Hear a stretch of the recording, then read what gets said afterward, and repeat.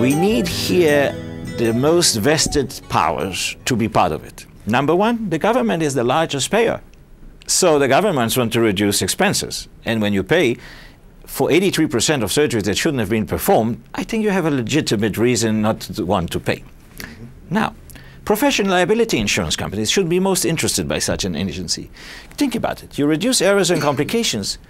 The premiums to physicians to pay for the insurance will be reduced. You'll be able to get access to physicians, and also they'll make more profits, because as you and I both know, and in the energy, when oil goes up and then it goes down, the oil industry does not reduce the price immediately. They make tremendous profits. Medical insurance companies will make huge profits. If we succeed to reduce errors and complications, then we'll have to obviously ask them to reduce their premiums. Healthcare will be more affordable. And so I see here a coalition of forces that have their best interests if you look at the big picture and reduce the fear from thought. There is a movement among physicians which says, I'm sorry. Instead of denying you did a mistake, come close, come open. Tell the patient you did a mistake. We're all humans. We can all do mistakes. That's not the problem. The problem is repeating the mistake. And the biggest problem is when it becomes profitable. So there's a kind of movement that the government is trying, but it's a little like using an atomic bomb rather than a smart bomb. It's called pay for performance. But how are you going to judge the performance? A physician who is more skilled will have more complicated patients, will tend to have maybe more complications.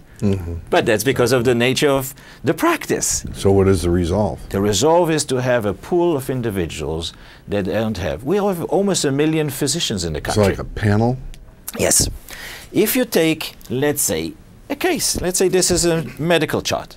Remove the name of the patient, remove the name of the physician, remove the name of the hospital, the ownership of the hospital, the city and the state.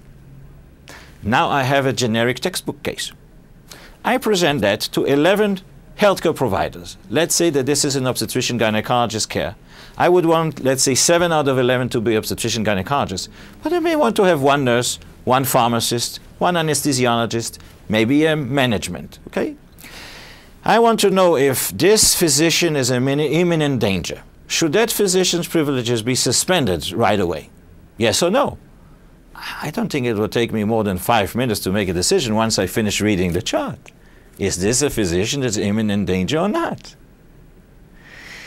Once that black box, because I will not tell the physician being looked upon and reviewed, or pharmacist or nurse or hospital, who those physicians are. You see, one of the problems is an issue of immunity. Physicians may be fearful to participate in what is called peer review today, because maybe the physician or the pharmacist or whoever is reviewed may be then suing you. You're protected by the insurance of the hospital, but you don't want the hassle. Well, you're completely sheltered, you're completely isolated, you're protected. You're like a jury pool. I think this is the equivalent of the black box. And then if actually someone thinks somewhere there is no imminent danger where there is, I think we can prevent someone from doing a mistake they may not be aware of, the same way when we ground a DC-9. And a good physician may not be aware of some problem that may happen in some circumstance he or she never faced, never was prepared for, is now prepared to resolve it in the proper fashion. But that information needs to be acted upon. You see, justifiably so, judges are not trained in medicine. So they defer to the hospital. And it's a logical, psychological approach. After all, you would tend to believe that hospitals would want to, unless you knew what I know now, for the best interest of the patients. And so judges lack the ability to act.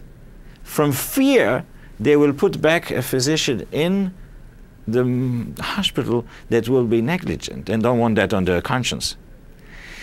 And so we need to have a system that allows expeditious decision-making.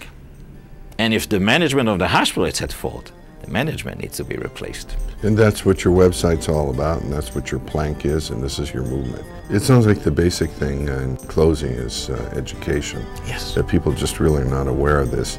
They know the pain, they understand that there's issues in the healthcare industry. Yes. And there's survival issues, but I think they just don't know what it's all about, and that's what you're trying to do, and that's why we have you here. Anyway, it's great to have you here. It's a little depressing in a sense, but it's enlightening to know that you're on the march. It's depressing, you're right, but it's also encouraging because there's a solution. Exactly. Good luck to you. To all of us. For all of us.